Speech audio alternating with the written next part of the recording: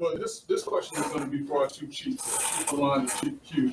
The question involves police officers when they are caught doing something wrong or illegal, and they are suspended with pay, and then just before any proceeding takes place, they may resign from that position and then go apply somewhere else and get a job somewhere else. How do you stop the process of a bad officer going from one agency to the next? So the state has the responsibility to evaluate the certification for the individual, especially when they have been found to have violated a law, right?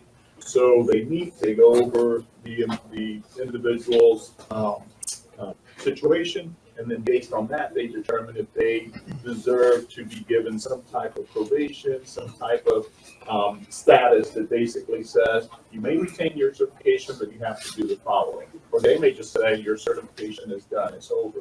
So it goes beyond the agency at that point. And I think it's a question for the state really to figure out how it is that they're. And actually, if anyone has an opportunity to someday go to those hearings, Yes. you should. You should. You hear, all the details and all the specifics.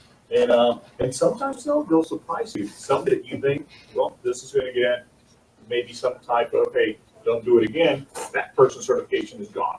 And then another case where you think maybe this one deserves, for the certification to be removed, that one is retained. So it fluctuates. So Chief Q, just kind of follow up with that. In that process, if there's someone who goes up on committee or whatever that process is, and they're just given a slap on the wrist, so to speak, just so long as their certification is not removed, they can still be hired somewhere else. As an agency, though, if you know that someone has had an issue in the past, despite the fact that they still maintain their certification, how do you handle that type of situation? Well, the agency, any agency has an opportunity, as Chief Alon said, to go to those hearings and to hear. And at the end of the day, if there's a person that I don't believe needs to have their certification, I can have members of my team go there and, talk about specific cases and everything else. And at the end of the day, those individuals that have a probation on their certification, they still have to qualify within our agency. Our agency has guidelines, so it's you can participate on both sides.